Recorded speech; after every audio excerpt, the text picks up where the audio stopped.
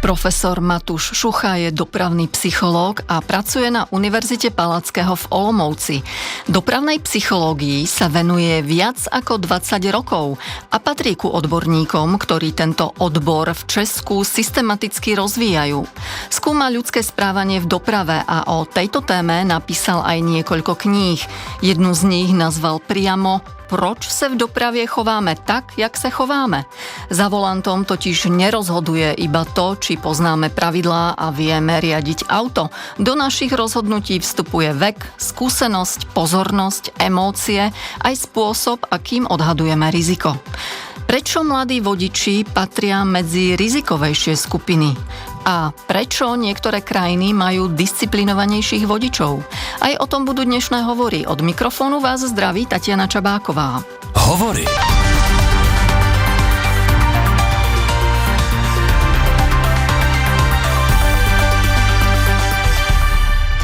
Pán Šucha, vítajte v hovoroch. Dobrý večer vám i vašim posluchačům. Děkuji za pozvání. Pán Šucha, mňa k tejto téme doprava priviedla séria správ o tragických dopravných nehodách, ktoré tento rok spôsobili mladí vodiči, ktorí mali okolo 20 rokov. Musím povedať, že sa ma to vždy veľmi až tak osobne dotklo, strata mladých životov. Z rešerše, ktorú som si teraz robila, vyplýva, že od začiatku tohto roka sa stalo 9 tragických dopravných nehôd a nehody sa stali tak, že jeden mladý vodič narazil do domu, 5 mladých vodičov narazilo do stromu, 2-krát to bol čelný náraz do protiidúceho auta a 1-krát náraz do zvodidiel.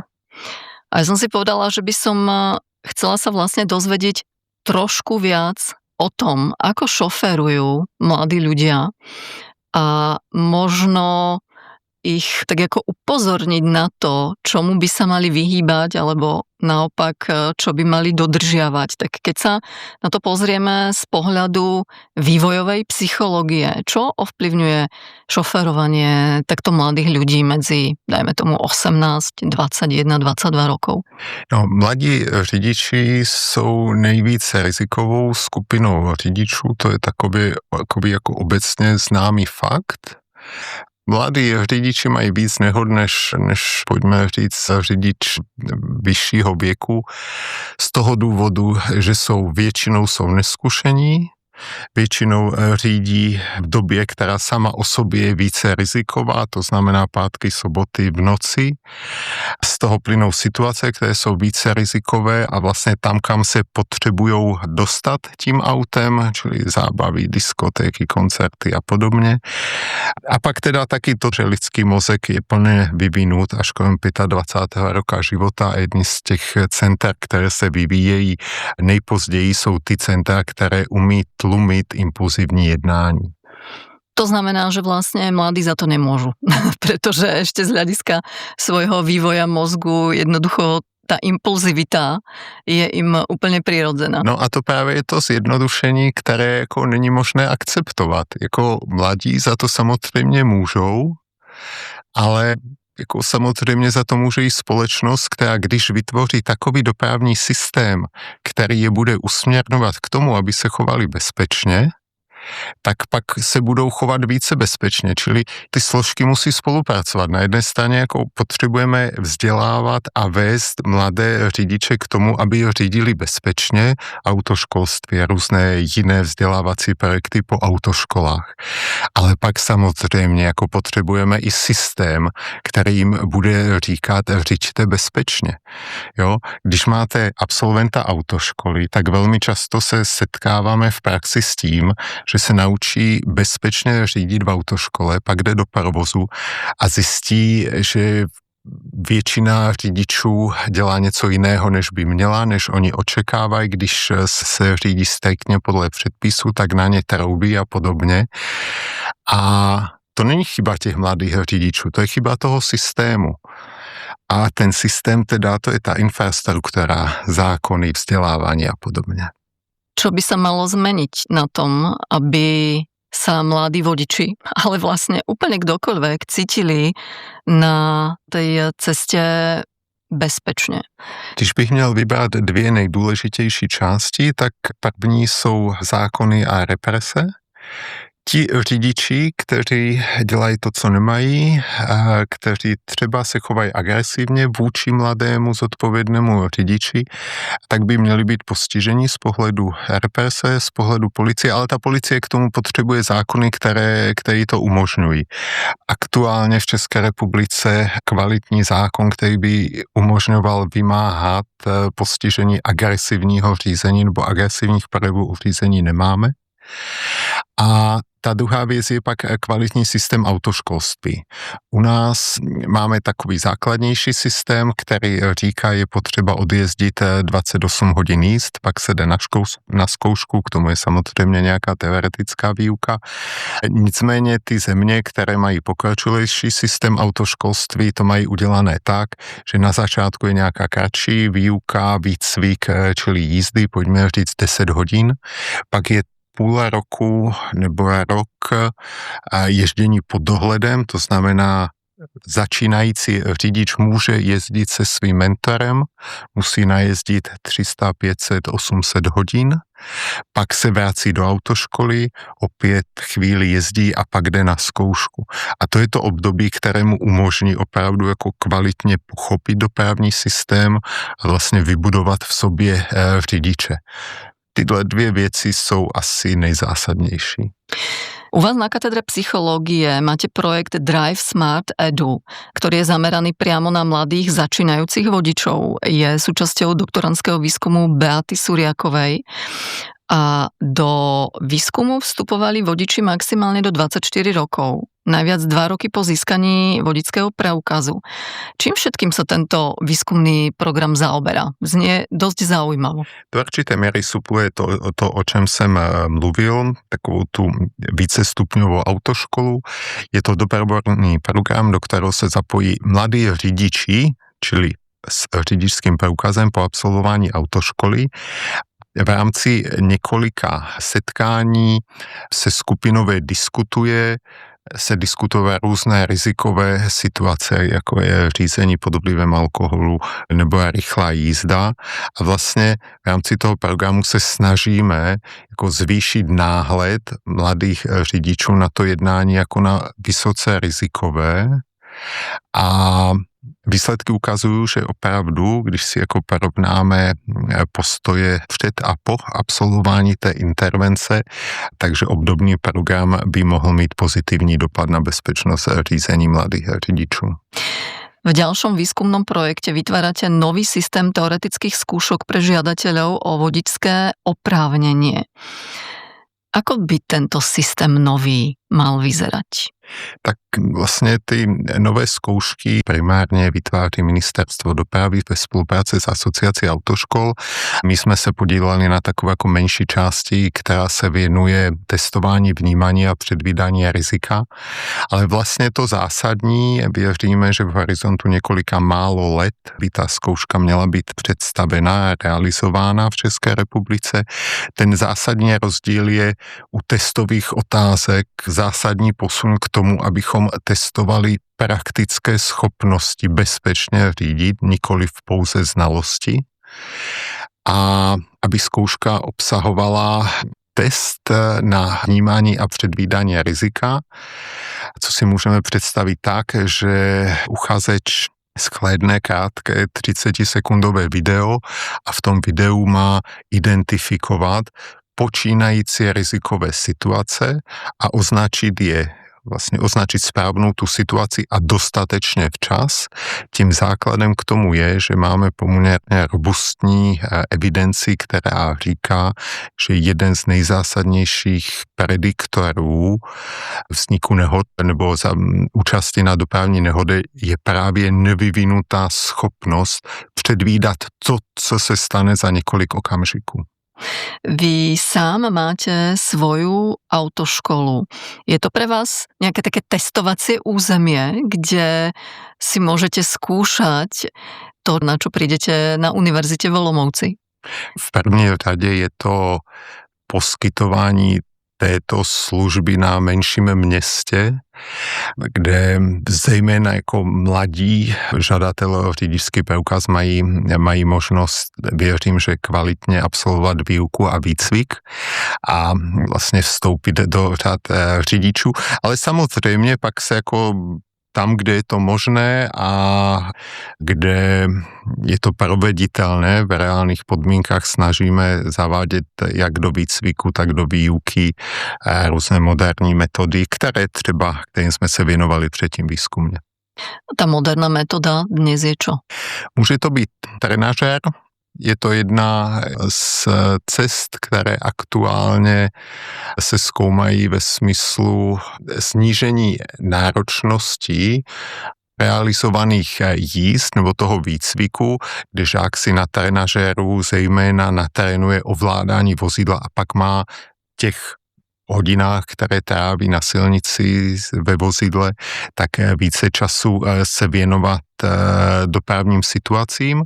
Ale pak jsou to i různé metody, pomocí kterých se snažíme před začátkem výcviku pomocí takového jako screeningového testu popsat u jednotlivých žáků styly učení, předchozí zkušeností, motivací k výcviku a vlastně tyhle informace pak má k dispozici učitel, takže svůj přístup může konkrétně zaměřit na potřeby žáka a pak v průběhu výcviku používáme standardní zkoušku, u které věříme, teď aktuálně věříme, protože sbíráme data, abychom mohli říct, že opravdu to tak je, který výsledek by mohl predikovat to nebo nám ukázat to, jak vysoká je šance toho, že žák uspěje u závěrečné zkoušky s komisařem, anebo ještě jestli je potřeba vlastně ty schopnosti a dovednosti dále rozvíjet.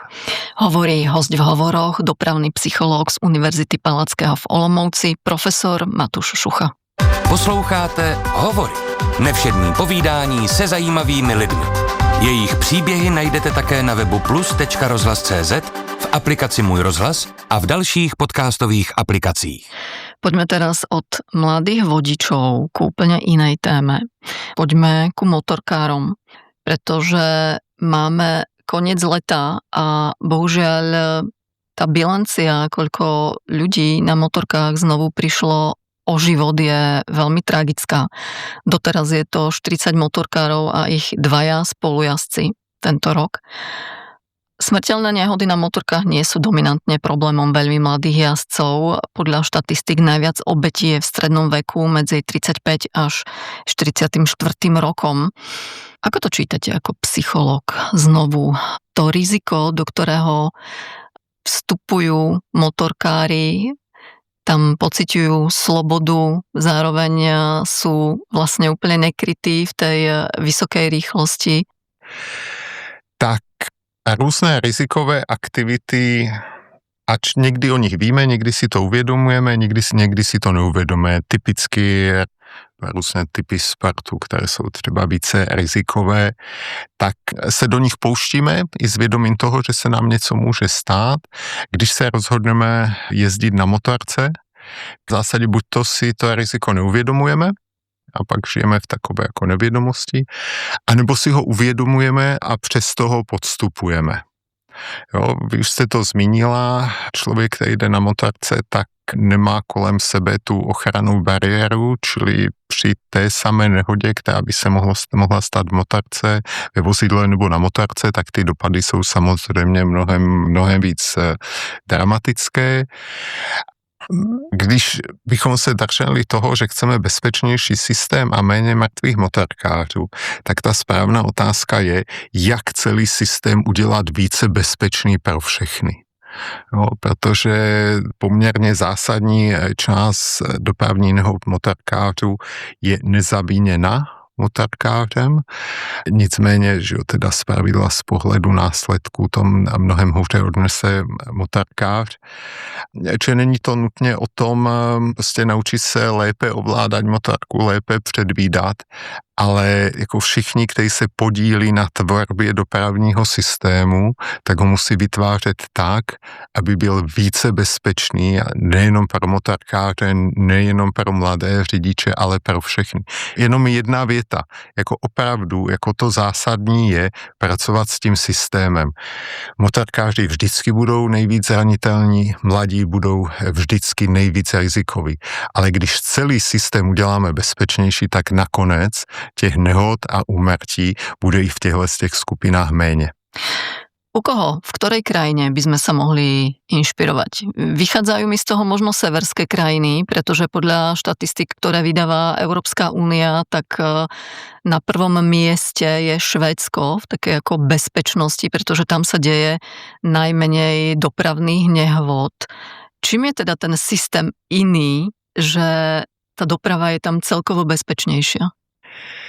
Tak opět je to systém. Systém funguje dohromady, nefunguje jako jenom součet svých částí, ale když bych měl být konkrétní, tak jsou to výrazně nižší rychlosti. To platí obecně pro skandinávské krajiny a teď nemyslím jenom rychlostní limity, ale je reálně průměrné rychlosti. To znamená, jak doopravdy je rychle jezdí. Je to způsob vzdělávání, výcviku, již zmiňované autoškolství. Je to infrastruktura, způsob, kterým se plánuje a realizuje dopravní infrastruktura. A teda ty nejbezpečnější země jsou Norsko, Švédsko, Nizozemsko, Velká Británie částečně. Není náhodou, že právě ve Švédsku vznikl přístup k managementu dopravní bezpečnosti, který se nazývá Vize 0 a ten právě říká, je to systémový přístup. Není možné se zaměřit na jednu část. U nás to je velmi často řidič. Prostě řidič udělal chybu, řidič jel rychle, řidič byl opilý. Vždy se mluví, píše o řidičích, ale ta bezpečnost je v tom systému. Ten řidič je na konci, on udělá chybu z mnoha důvodů a ty důvody jsou v tom systému. Zažila som vo Švédsku na cestách, že tam sú naozaj úžasné, rovné a hladké diaľnice, po ktorých by sa dalo ísť obrovskými rýchlosťami, ale bola tam povolená rýchlosť 100 km za hodinu. Fascinujúce bolo, že všetci vodiči disciplinovane dodržiavali 100 km za hodinu a mali skutočne ukážkové rozostupy medzi autami. My sme sa v tom aute, celá posádka, zamýšľali nad tým, že čím to je, že sú švédski vodiči ochotnejší dodržiavať pravidlá, alebo inak neprekračovať ich. Mám pocit, že v Českej republike alebo na Slovensku, hoď je prikázaná nejaká rýchlosť, tak presne ako ste hovorili, ešte vám na vás budú vodiči trúbiť, keď tú rýchlosť dodržiavate, čo je extrémne frustrujúce pre ľudí, ktorí chcú jazdiť bezpečne a podľa pravidiel. Tak keby ste porovnali, v čom to môže byť tá príčina toho, mám chuť dodržiavať a nedodržiavam? Ta příčina je dobře fungující systém. A ten systém začíná výchovou a vzděláváním. A pak je to dodržování pravidel a represe, ač ta represe nemusí být úplně nutně na první pohled viditelná, tak vědomí toho, když poruším pravidlo, tak z velké pravděpodobnosti budu postižen a z toho postihu lidově řečeno nemá možnost se vykaroutit, tak tato kombinace funguje velmi dobře. A když tohle budete dělat dlouho a poctivě, tak vznikne společenská norma, která říká, normální je neporušovat předpisy. Když je někde 100, nejedu 105, nejedu 110, nejedu 115, protože si sečtu, že i když mě teďkom chytnou, tak vlastně je tam nějaká odchylka, vlastně to nějako něco mi prominou a je to v pořádku. Ale prostě je tam 100, tak jedu maximálně 100. To je společenská norma. Pak když ji začnete porušovat, tak budete někdo, kdo porušuje tu normu. A už jste jako někdo, kdo dělá to, co nemá. Když tu společenskou normu nemáte vybudovanou, tak vlastně je normální jet trochu rychleji. Tyhle ty věci se mění, jako před 20, 30, 40 lety bylo mnohem víc normální nebo mnohem víc přijatelné řídit třeba s nějakým jako menším množstvím alkoholu v krvi. V současnosti u nás už to společenská norma není, posouvá se to, ale jet o trochu rychleji je společensky přijatelné. Čili společenské normy jako se mění v dekádách. A jenom abych odpověděl na vaši otázku, čím to je to dlouhá poctivá práce, která po delší době nese své ovoce. Takže na jedné straně není možné očekávat výsledky v horizontu jednotek let, na druhé straně ani není možné rezignovat a vlastně zvolit takový ten poměrně cynický postoj typu prostě doprava sebou nese nehody a úmrtí, ani se s tím nedá dělat.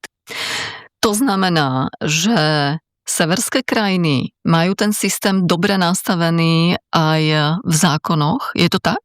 Přesně tak, jako zákony jsou základ.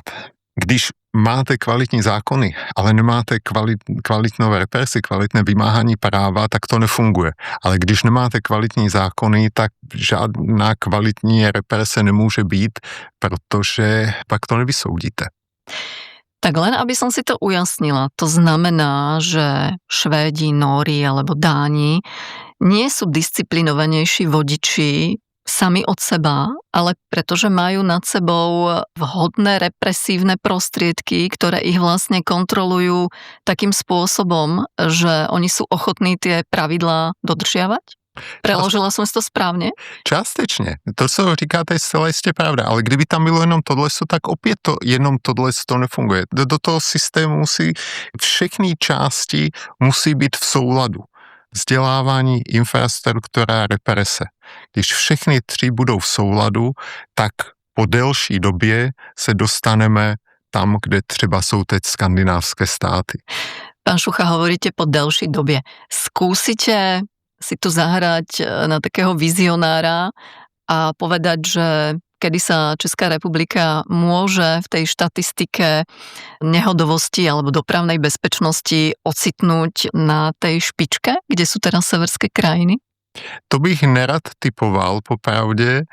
Myslím si, že v horizontu několika málo dekád můžeme velmi významně posílit roli bezpečnosti a následně teda i snížit počet nehod, vážných zranění a úmrtí v České republice.